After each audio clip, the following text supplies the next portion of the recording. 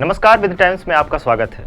इस वक्त देश में तमाम बीजेपी नेताओं के द्वारा अनशन और उपवास किया जा रहा है। नरेंद्र मोदी जहां तमिलनाडु के चेन्नई में अनशन कर रहे हैं, वहीं पार्टी अध्यक्ष अमित शाह कर्नाटक के हुबली में अनशन कर रहे हैं। तमाम मंत्री और नेता अपने अपने संसदीय क्षेत्र या फिर अलग अलग जगहों पर अनशन कर रहे हैं। रीवा के मध्य प्रदेश के रीवा में सांसद जनार्दन मिश्रा कलेक्ट्रेट में स्थित धरना स्थल पर अनशन कर रहे हैं। हमारे सहयोगी अमित लगातार कवरेज कर रहे हैं और आइए जानने की कोशिश करते हैं कि किस तरह का माहौल है, कितनी भीड़ है और वहाँ क्या बातें हो रही हैं। आपको हम बता दें कि यह अनशन विपक्ष के खिलाफ किया जा रहा है सरकार की ओर से। सामान्य तौर पर देखा यह जाता है कि विपक्ष ही अनशन करता है, लेकिन यहाँ पर सरकार ने लोकतंत्र बचाओ उपवास का कार्यक्रम आज दिन भर के लिए रखा है। आइए सीधे कनेक्ट करते हैं हमारे सहयोगी अमित मिश्रा से, जो धरना स्थल पर मौजूद है। क्या स्थितियां हैं, किस तरह से धरने में स्थितियां देखने को मिल रही हैं अमित? मौजूद हूं। मैं आपको बता दूं, रीवा सांसद जनार्दन मिश्रा बीजेपी पार्टी के पदाधिकारियों के साथ, युवा मोर्चा के कार्यकर्ताओं के साथ ये धरना कर रहे हैं। मूल रूप से ये धरना कांग्रेस द्वारा संसद को ना चलने देने के विरोध में किया जा रहा है।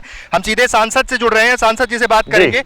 ये पूरा धरना कांग्रेस का जिस तरह से सदन में बर्ताव रहा, जैसा कि बीजेपी आरोप लगाती रही है, उसको लेकर किया जा रहा है। ये बात सही है कि आज हमारी पार्टी ने तय किया है कि लोकसभा को जिस तरह से बाधित किया गया, उसके विरोध में ये उपवास का कार्यक्रम है। कांग्रेस पार्टी ने लोकसभा अध्यक्ष जी को पंजाब नेशनल बैंक घोटाले के संबंध में चर्चा के लिए नोटिस दिया था। अध्यक्ष जी ने नोटिस को स्वीकार किया और सरकार चर्चा के लिए तैयार हुई। हमारे संसदीय कार्य मंत्री अनंत कुमार जी प्रतिदिन लोकसभा अध्यक्ष महोदय से सदन में खड़े होकर के कहते रहे, निवेदन करते रहे कि सदन में बैंक घोटाले के संबंध में चर्चा होनी चाहिए। लेकिन कांग्रेस के लोग हमेशा बेल में आकर के नारेबाजी करके, तख्तियां लगा करके और कितनी अभद्रता करके पूरे सदन के समय व्यवधान उत्पन्न करते रहे और बैंक घोटालों के संबंध में कोई चर्चा नहीं होने दी। क्योंकि अगर चर्चा होती तो ये सारे के सारे, इनमें से अधिकतर कांग्रेसी फंसते। बैंक के सारे कर्ज इन्होंने दाएं बाएं करके अपने लाभ के लिए लिया, अपने चहेते उद्योगपतियों को मुहैया कराया और पूरी माने खुली छूट थी, कहीं कोई चर्चा ही नहीं होती थी कि बैंक के एनपीए के संबंध में कोई चर्चा नहीं होती थी। आज पहली बार इस देश में ये सदन को बहुत अच्छा मौका आया था जो बैंकों के सिस्टम के बारे में चर्चा होती, बैंकों की कमजोरियों के बारे में चर्चा होती और उससे एक नए जो विचार आते, उसके आधार पर सरकार एक गाइडलाइन सबसे बैंकों से मिल करके तैयार करती। इससे बैंक बचते, बैंक जालसाजों से बचते। लेकिन बैंक जालसाजों से बचाना नहीं चाहती सरकार, ये कांग्रेस पार्टी, क्योंकि अगर जालसाजी बची तो ये सारे के सारे लोगों के धंधे चौपट हो जाएंगे। कांग्रेस ने अभी उपवास किया था, उसी के विपक्ष में या फिर उसी बात को लेकर अब ये उपवास कर रहे हैं। ये एक तरह से बीजेपी का दिखावा, ये कांग्रेस का आरोप है।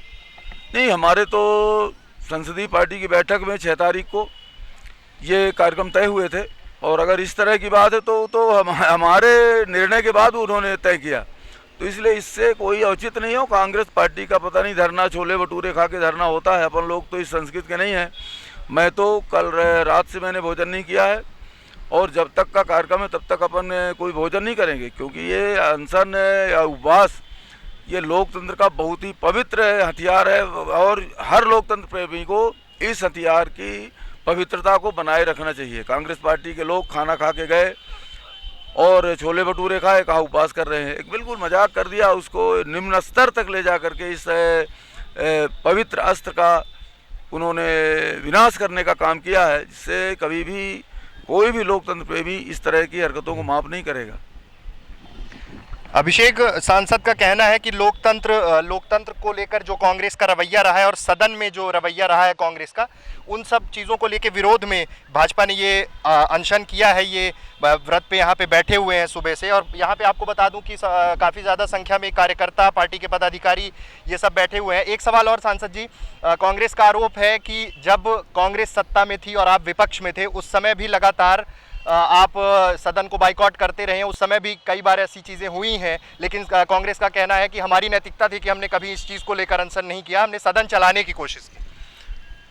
उन्होंने सरकार माने जनता के बीच में क्यों नहीं गए, क्योंकि सारे जो विपक्ष जिन मांगों को मांग रहा था वो सारे 2G स्पेक्ट्रम है, कोयले का घोटाला है, इन सारी चीज़ों पर चर्चा की मांग कर रहा था विपक्ष। और अगर वो कांग्रेस के लोग जनता के बीच जाने लायक थे ही नहीं, क्या चर्चा करते कि चर्चा के लिए 2G स्पेक्ट्रम के लिए नोटिस दिया है भारतीय जनता पार्टी ने, तो उस पर अपन नहीं चर्चा करने दे रहे हैं। बैंक घोटाले के संबंध में, कोयला घोटाले के संबंध में, पनडुब्बी घोटाले के संबंध में, इन सारी चीज़ों के संबंध में चर्चा की मांग हमेशा भारतीय जनता पार्टी करती रही विपक्षी दल की हैसियत से, लेकिन कभी भी कांग्रेस पार्टी इन मुद्दों पर चर्चा के लिए तैयार नहीं हुई। अभिषेक, कुल मिला के ये आंदोलन अभी कुछ दिन पहले जो कांग्रेस ने उपवास किया था उस पर बहुत से विवाद खड़े हो गए थे। उस दृष्टिकोण से बीजेपी बहुत सोच समझ के और पूरे सभी नियमों को ध्यान में रखकर, और ये पूर्व निर्धारित कार्यक्रम था। अब देखना ये है कि इसके बाद कांग्रेस की क्या प्रतिक्रिया होती है। फिलहाल यहाँ पर पदाधिकारी, पार्टी संगठन, अलग अलग मोर्चा, सबके कार्यकर्ता यहाँ पे पहुँचे हैं। जी जी, अमूमन होता ये आया है कि हमेशा विपक्ष की पार्टियां ही उपवास या मार्च करती हैं, लेकिन आज भारतीय जनता पार्टी ने विपक्ष के खिलाफ ही मार्च कर दिया है। बीजेपी के द्वारा देश के अलग अलग स्थानों में अलग अलग नेताओं के द्वारा धरना दिया जा रहा है। आगे के अपडेट्स के लिए बने रहे विद टाइम्स के साथ। धन्यवाद।